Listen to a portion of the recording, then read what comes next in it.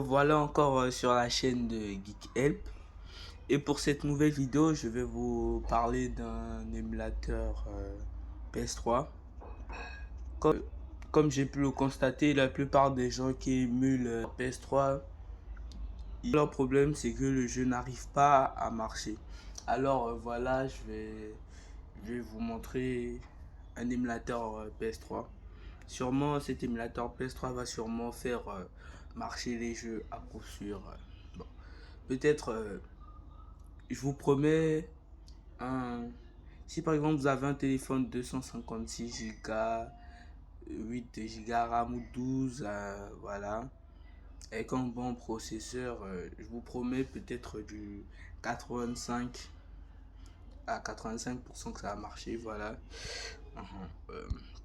Déjà, l'émulateur en question, c'est APS3E Premium. Oui, déjà je précise, si vous voulez que ça puisse marcher, pour augmenter vos chances que ça puisse marcher, je vous conseille de télécharger la version premium.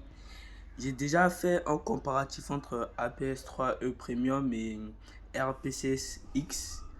Et de tout ce que j'ai pu constater, moi je préfère plus APS3E Premium. Même je vous conseille plus cet émulateur que RPCS-X. Ok, commençons, rentrons. Ok, si, prochaine étape. Ok, déjà là, je dois sélectionner le firmware. Je prends. En vrai, moi je vous conseille, par exemple, si vous téléchargez le firmware, je vous conseille de créer un répertoire où vous pourrez mettre votre firmware dedans. Comme ça, cela vous permettra de trouver le firmware plus facilement. Voilà, ok, sélectionner, installation. Vous voyez comment l'installation du firmware il est rapide sur cette application, contrairement à RPCS-X. Vous voyez. Maintenant, prochaine étape, ISO Directory. Ça c'est pour les jeux. Alors là, j'ai mis, c'est où? Voilà, PS3 Games. Voilà. Utiliser ce dossier autorisé. Prochaine étape. Mettez from firmware. Voilà. Prochaine étape. Ok. Et maintenant que vous avez terminé avec tous ces paramètres, vous mettez finish. Et là, vous pouvez voir vos jeux s'affichent directement. Comme on avait déjà sélectionné un répertoire de jeux. Maintenant, les meilleurs paramètres que je vous conseille pour pouvoir faire à ce que ça augmente vos chances de pouvoir jouer à vos jeux PS3. Comme la plupart du temps, ça plante avec la plupart des utilisateurs que je constate dans les commentaires de certaines vidéos. Ok, nous venons dans settings, car bon là vous laissez comme ça. En vrai ici il n'y a pas beaucoup à faire. Littéralement il n'y a rien à faire. Maintenant là c'est dans vidéo. Vous voyez ici renderer, vous mettez Vulkan, résolution. Moi je vous conseille de baisser la résolution, par exemple 720 x 480, pour pouvoir faire, ça va baisser la qualité d'image, mais ça augmentera plus les chances de faire tourner votre jeu. Ok, frame limite, vous mettez auto. Shader precision, là vous mettez low. Précision du shader, vous mettez low. Voilà. Ok. Et là nous sommes à Vulkan. Vulkan. Vous voyez ici, c'est bon. Descendez, performance, overlay. Vous mettez enable, ça. Ok.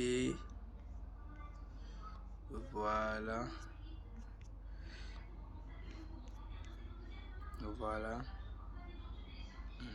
Vous mettez ça. Ouais. Et V-Sync. Vous sortez. Audio. Audio, c'est bon. vous avez plus rien à faire. Input, output, voilà, rien à faire. C'est bon, hein? Là, vous avez déjà terminé les paramètres. Il n'y a plus rien à faire. Tout est installé.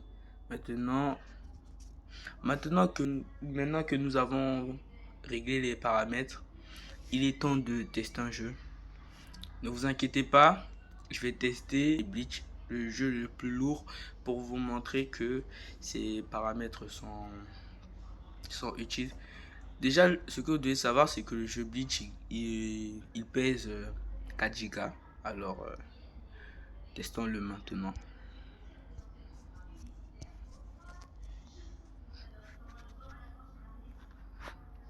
Ok, ça charge. Et voilà. Maintenant que le téléchargement est terminé, il ne reste plus qu'à patienter pour pouvoir jouer à notre jeu.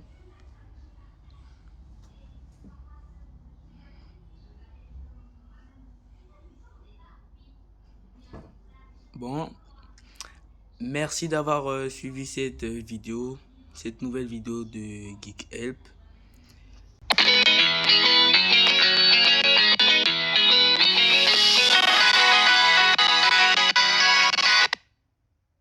Bleach, Soul Resurrection.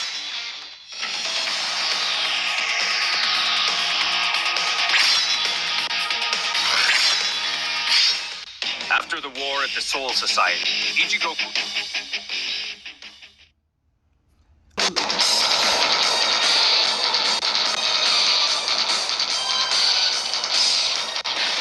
Let's go!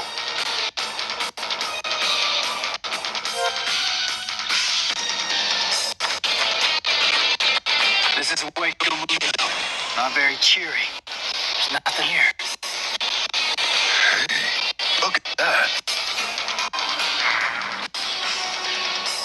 A castle. No, it's a palace. This must be Aizen's hideout. Let's go. All right, let's go.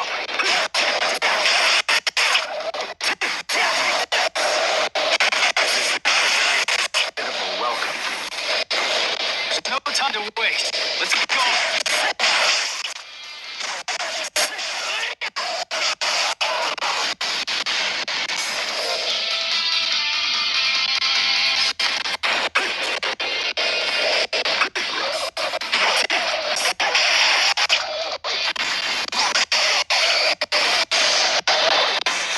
go.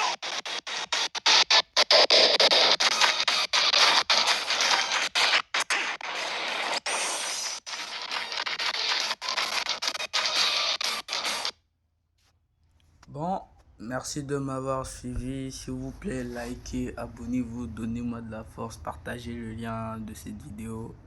À très bientôt pour une nouvelle vidéo.